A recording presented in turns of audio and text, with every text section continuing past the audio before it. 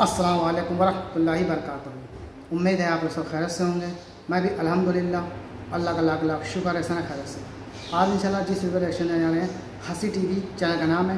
इनके चैनल का लिंक मैं डिस्क्रिप्शन बॉक्स में दे दूँगा। आप लोग इनके चैनल सब्सक्राइब करिएगा और मेरी वीडियो जो पूरा एंड तक देखिए। आज की वीडियो थोड़ा सा अफसोस वाली भी है, दर्दनाक भी है, क्योंकि ये वीडियो बांग्लादेश के ऊपर है। बांग्लादेश के माहौल इस टाइम बहुत ज़्यादा ख़राब है। इतना ख़राब है कि वहाँ की पब्लिक रोड पे आई है, लड़ाई झगड़ा मारपीट और तमाम चीज़ें हो रही हैं और पुलिस प्रशासन भी उनको रोकने की बहुत कोशिश कर रही है। बहरहाल वहाँ के हालात बहुत ज़्यादा ख़राब हैं। क्यों ख़राब हैं, क्या वजह है, आइए हम लोग यही जानने की कोशिश करेंगे इस वीडियो के ज़रिए से कि ये बांग्लादेश में ऐसा क्यों हो रहा है और किस वजह से हो रहा है कि वहाँ के हालात इतने ज़्यादा ख़राब हो गए हैं कि वहाँ की पब्लिक और गवर्नमेंट्स के आपस में लड़ाई झगड़ा मतलब मचा हुआ है। तमाम बहुत बुरी तरीके से लड़ाई झगड़ा हुआ है वहाँ पर। तो आइए वीडियो को एंड तक ज़रूर देखिएगा। वीडियो अच्छी लगे तो शेयर भी करिएगा और लाइक भी करिएगा। तो चलिए बिना देरी की वीडियो स्टार्ट करते हैं, उसके बाद फिर बात करते हैं। बांग्लादेश में इस वक्त टोटल केओस की सूरत हाल है। एहतजाज करने वाली आवाम और सिक्योरिटी फोर्सेस आमने सामने हो चुकी हैं। मुल्क के अंदर कर्फ्यू नाफिज है, तालीमी इदारे बंद हैं, इंटरनेट और फ़ोन की सर्विस बंद है और फौज ने कंट्रोल संभालने की कोशिश तो की है, लेकिन ऐसा लगता है कि इस बार ये आसानी से काबू आने वाले नहीं हैं। वैसे तो बेरोजगारी और मेरिट की नाइंसाफ़ी का लावा काफ़ी अरसे से इस मुल्क के अंदर पक रहा था, लेकिन इस बार ये मामला शुरू हुआ था यूनिवर्सिटी कैंपस के अंदर एक पुरअमन एहतजाज से। इस एहतजाज के अंदर शामिल होने वाले स्टूडेंट्स का मौक़िफ़ था कि हुकूमत ने सरकारी नौकरियों और फोर्सेस के अंदर 30% कोटा इन लोगों और इनके बच्चों के लिए मखसूस कर रखा है, जो कि बांग्लादेश की आज़ादी के लिए मगरबी पाकिस्तान की फ़ौज से लड़े थे। पूरे मुल्क के अंदर पब्लिक सेक्टर और मुलाजमतों का 1/3 हिस्सा जंग के अंदर हिस्सा लेने वाले साबिक फौजियों के लवाहिकीन के लिए मुख्तस है, जो कि सरासर ज़्यादती है, क्योंकि आज इस मुल्क के अंदर बेरोजगारी मुसलसल बढ़ती जा रही है। तकरीबन 1,80,00,000 के करीब बांग्लादेशी नौजवान नौकरियों की तलाश में हैं। कम तालीमी याफ्ता अफराद के मुकाबले में यूनिवर्सिटियों से फारिग डिग्री होल्डर अफराद के अंदर बेरोजगारी की शरह बहुत ज़्यादा है। बांग्लादेश आज तैयारशुदा कपड़ों की एक्सपोर्ट का पूरी दुनिया के अंदर पावर हाउस बन चुका है और यह मुल्क तकरीबन इंटरनेशनल मार्केट के अंदर $40 अरब मालियत के कपड़े एक्सपोर्ट करता है। इसकी वजह से 40 लाख से ज़्यादा लोग मुलाजमत हासिल करते हैं, जिसके अंदर ज़्यादातर ख़वातीन शामिल हैं। यहाँ की पढ़ी लिखी नौजवान नस्ल के लिए ये फैक्ट्रियों की नौकरियाँ काफ़ी नहीं है, क्योंकि यहाँ की आबादी तेज़ी से मुसलसल बढ़ रही है और बांग्लादेश आबादी के लिहाज से दुनिया का 7वां बड़ा मुल्क है और तकरीबन 1,44,000 मुरब्बा किलोमीटर के साथ ये रकबे के लिहाज से दुनिया का 94वां बड़ा मुल्क है। और इसी लिहाज से यहाँ पर बेरोजगारी भी मुसलसल बढ़ती जा रही है और यही वजह है कि आज भी गल्फ कंट्रीज़ के अंदर सबसे ज़्यादा मुलाजमत करने वाले लोगों की तादाद अब बंगालियों की देखेंगे। इसी बेरोजगारी और इकोनॉमिकल डाउनफॉल से परेशान अवाम अब इस कोटा सिस्टम पर फट पड़ी है। ये बांग्लादेश की तारीख के बदतरीन मुजाहरे हैं, जिसके अंदर इतने कम अरसे के अंदर 105 से ज़्यादा लोग हलाक हो चुके हैं।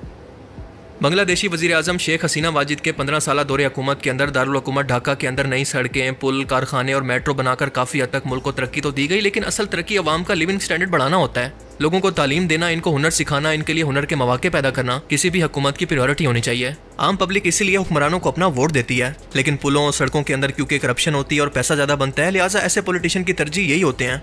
सेम यही काम मगरबी पाकिस्तान भी कर रहा है।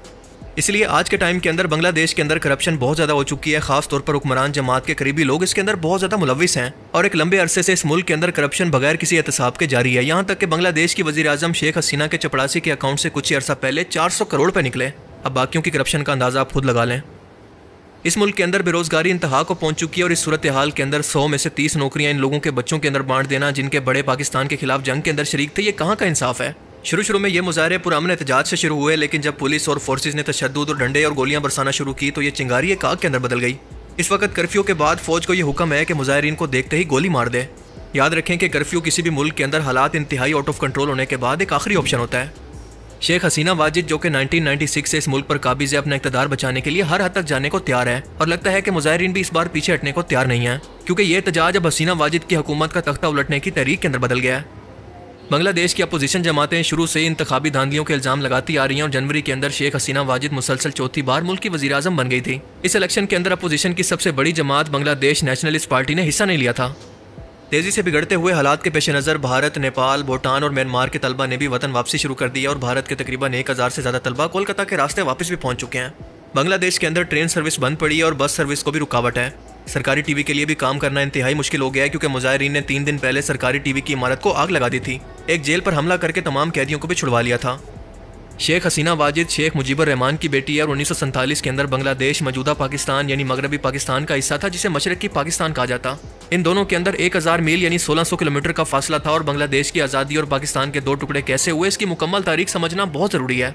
लेकिन फिलहाल ये वीडियो ज़्यादा लंबी ना हो जाए, इसलिए मुख्तसर इतना जान लें कि 1970 के इंतखाबात के अंदर शेख मुजीबुर रहमान की क़यादत के अंदर अवामी लीग को अक्सरियत मिली थी और वो हुकूमत बनाने की हकदार थी। लेकिन मगरबी पाकिस्तान से फ़ौज ने और पीपल्स पार्टी के सरबराह जुल्फ़िकार अली भुट्टो ने इक़्तिदार की लालच और बंगालियों को गद्दार और खुद से कमतर समझने की वजह से आम इंतखाबात के अंदर अवामी लीग की कामयाबी को तस्लीम नहीं किया और शेख मुजीबुर रहमान को वज़ीर आज़म पाकिस्तान बनने का हक नहीं दिया गया, हालांकि वो इक़्तिदार के हकदार थे। 1971 के अंदर मशरक़ी पाकिस्तान के अंदर बगावत हुई और भारत से तरबियत याफ्ता मुक्ति बानी मुसल्ला गोरिल्ला फ़ौज से मगरबी पाकिस्तान की फ़ौज की लड़ाई शुरू हो गई और उसके बाद जो जुल्म और बर्बरियत मगरबी पाकिस्तान की फ़ौज ने वहाँ पर की वो एक मुकम्मल तारीख है, क्योंकि शेख मुजीबुर रहमान और इनके पूरे ख़ानदान को 15 अगस्त 1975 को बगावत में कत्ल कर दिया गया।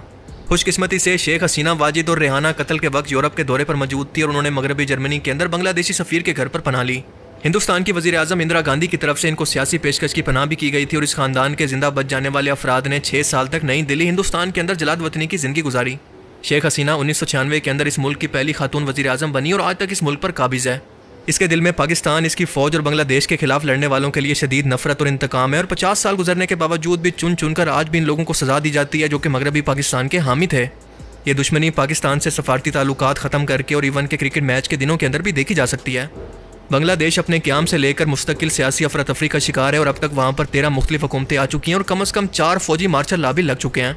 इस मुल्क के अंदर आखिरी कर्फ्यू 2007 के अंदर निगरान हुकूमत के दौर के अंदर लगाया गया था और हैरत अंगेज़ तौर पर उस वक्त भी वो तलबा के एहतजाज पर काबू पाने के लिए था। मुल्क भर में जारी हालिया मुजाहरे मजीद शिद्दत इख्तियार करते जा रहे हैं और मरने वालों की तादाद दिन ब दिन बढ़ती जा रही है।